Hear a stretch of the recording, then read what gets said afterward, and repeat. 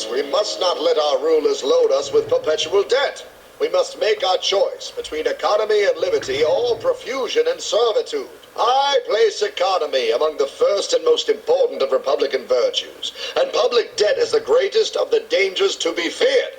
It is incumbent on every generation to pay its own debts as it goes. If the American people ever allow private banks to control the issue of their money, first by inflation and then by deflation, the banks and corporations that will grow up around them will deprive the people of their property until their children will wake up homeless on the very continent their fathers conquered.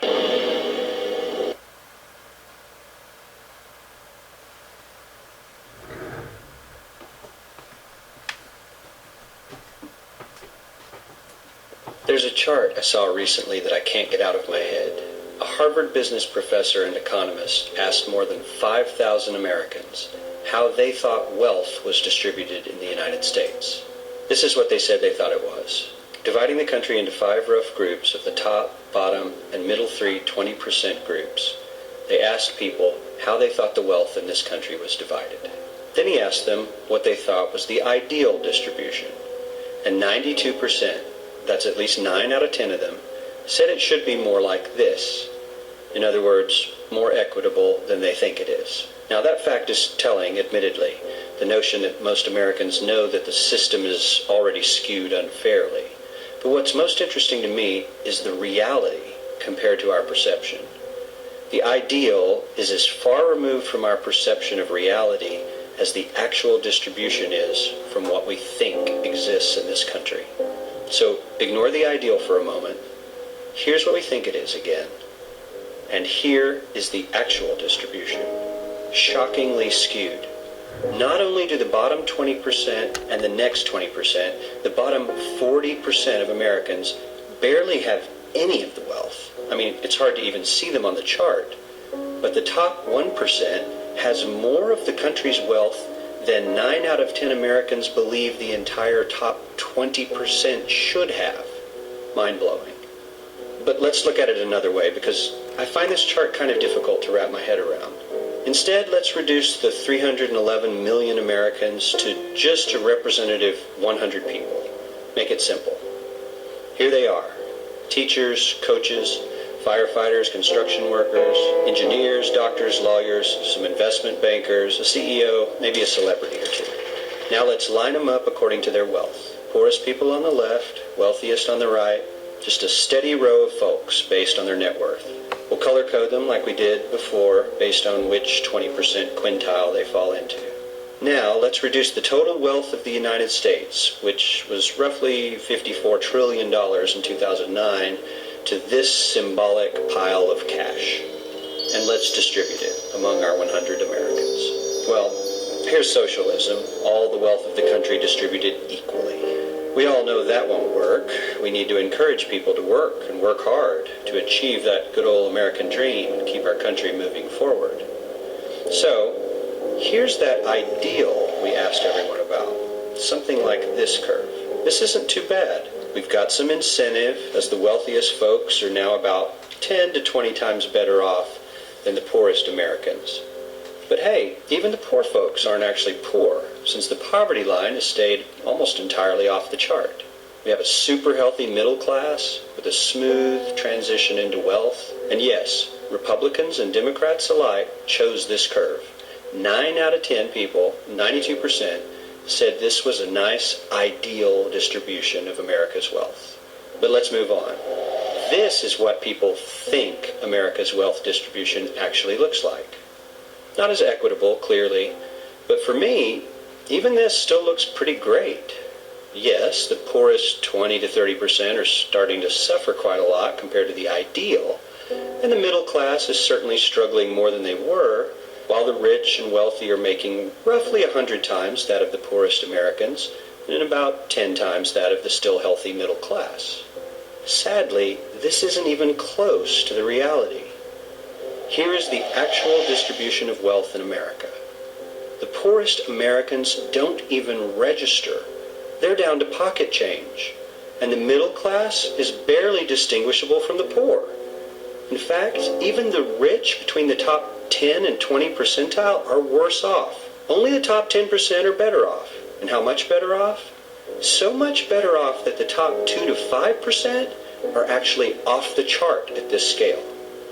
And the top 1%, this guy, well, his stack of money stretches 10 times higher than we can show. Here's his stack of cash, restacked, all by itself. This is the top 1% we've been hearing so much about. So much green in his pockets that I have to give him a whole new column of his own, because he won't fit on my chart. 1% of America has 40% of all the nation's wealth. The bottom 80%, 8 out of every 10 people, or 80 out of these 100, only has 7% between them. And this has only gotten worse in the last 20 to 30 years.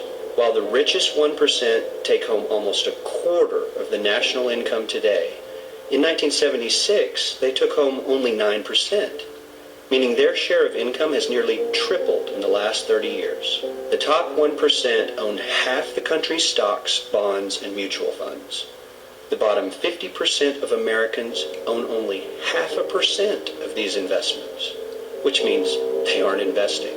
They're just scraping by. I'm sure many of these wealthy people have worked very hard for their money. But do you really believe that the CEO is working 380 times harder than his average employee?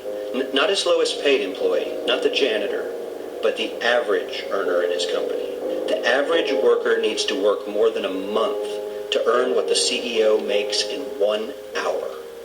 We certainly don't have to go all the way to socialism to find something that is fair for hardworking Americans. We don't even have to achieve what most of us consider might be ideal. All we need to do is wake up and realize that the reality in this country is not at all what we think it is.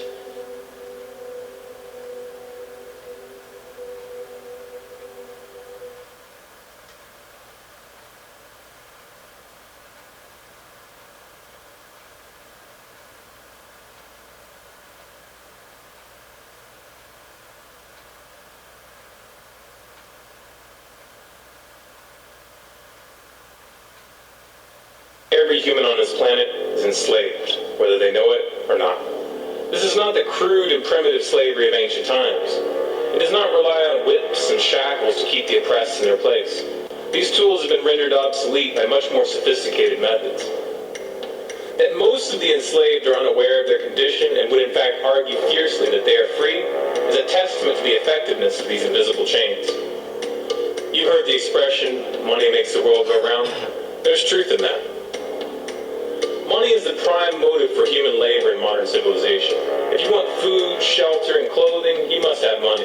And unless you're part of that tiny minority that has more money than they could ever spend in their lifetime, then you must work, beg, or steal for that money. That's why you get up in the morning and go to work, even if you hate your job. And that's why the specter of unemployment is more terrifying for most people than the prospect of spending 50 years of their life performing menial tasks within the confines of a fluorescent-lit cubicle. Of course, in Western countries, some are fortunate enough to have pulled away from the brink and do not live in fear that their basic needs will be met, at least for now. And yet they keep spinning the hamster wheel. Why is that? Could it be because money and the bling that it buys have become symbols of status and prestige? Money offers an illusory form of social validation, but even those who are not caught up in distinguishing themselves by how much they accumulate still must acknowledge the social stigma that comes with poverty. The combination of these primal motivators, the need for food, shelter, clothing, and social validation, is a very powerful force. It's enough to drive humans to engage in all forms of activity, even to the point of harming themselves or others in the process. The accumulation of money is therefore an accumulation of social and psychological power. And those who control the creation of money control this power at its source. So who controls the creation of money? Well, in the case of the US dollar, it's not the government. This shouldn't be an earth-shattering revelation. The fact that the Federal Reserve is a private institution owned by a cartel of the world's most powerful banks is quickly becoming common knowledge. Even the mainstream media doesn't deny it at this point. However, the full extent of what this means is only clear when you understand how the banking system really works. And unfortunately, this isn't something we're taught in school. Once you have it explained to you in simple terms, you'll understand why. Every dollar in circulation is loaned into existence by a bank. The process begins with the Federal Reserve when they loan out money to the U.S. government and to other entities. You've probably heard this talked about before, especially in regards to the interest rate on those loans, which the Federal Reserve raises and lowers depending on economic conditions. But what's never talked about in the mainstream is the fact that the Fed isn't actually loaning out money that they have. They are merely typing those dollars into existence on a computer. You may be inclined to believe that this money is based on some physical backing like gold, but you would be mistaken. The Federal Reserve hasn't owned any gold since the 1930s. The Federal Reserve does not own any gold at all. We have not owned gold since 1934. So we have not engaged in any gold swaps. When the Federal Reserve loans money to the U.S. government gives the Federal Reserve government bonds in exchange. These bonds are simply written promises to pay back the money that was loaned to them with interest through taxation. So to be clear here, the government is taking out a loan from a bank that is creating that money out of thin air, and they're expecting you, the taxpayer, to cover that loan. The absurdity of this arrangement is even more obvious when you realize that up until 1913, the U.S. government created its own money and had no need for a bank to play the part of a middleman.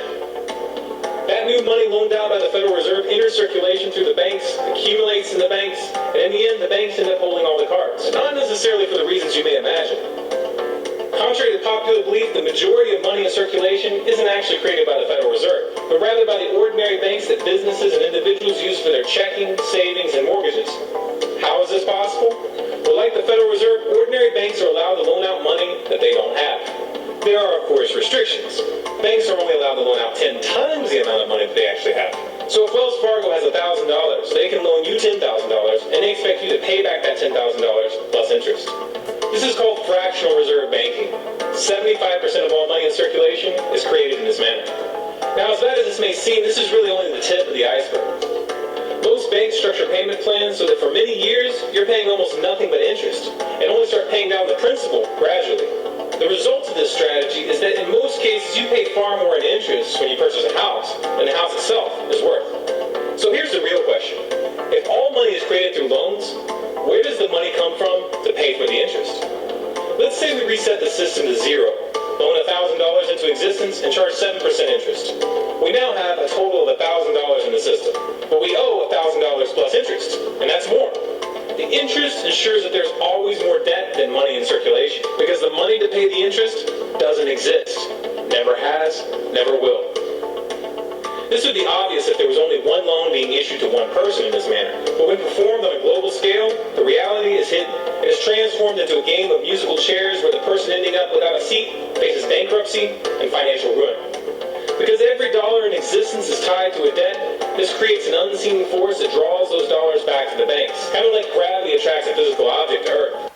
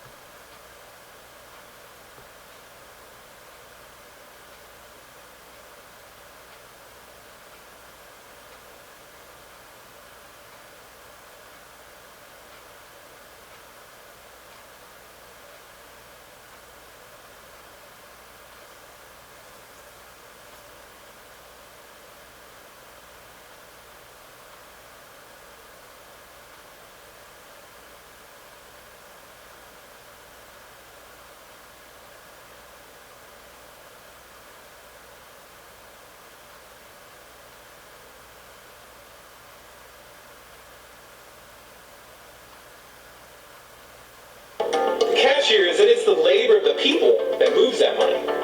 Every hour that you work to pay back a loan or to keep the government from throwing you in jail over income taxes is an hour worked for the banks. The total receipts from personal income taxes just barely covers the interest on the national debt. And even the principal for that debt all ends up back in the hands of the banks. And remember, that bank created that money out of nothing. Once you understand that the money that banks loan out isn't actually an asset, but is in fact a piece of legal fiction, it should be clear that you're working for these banks for free. This is a cleverly disguised form of slavery. If you manage to pay your monthly payments, then you are a successful slave, and you are allowed to keep the material comforts that come with that status. But if for some reason you fail to make those monthly payments, then the bank or the IRS comes to take your house, your anything else you have of value.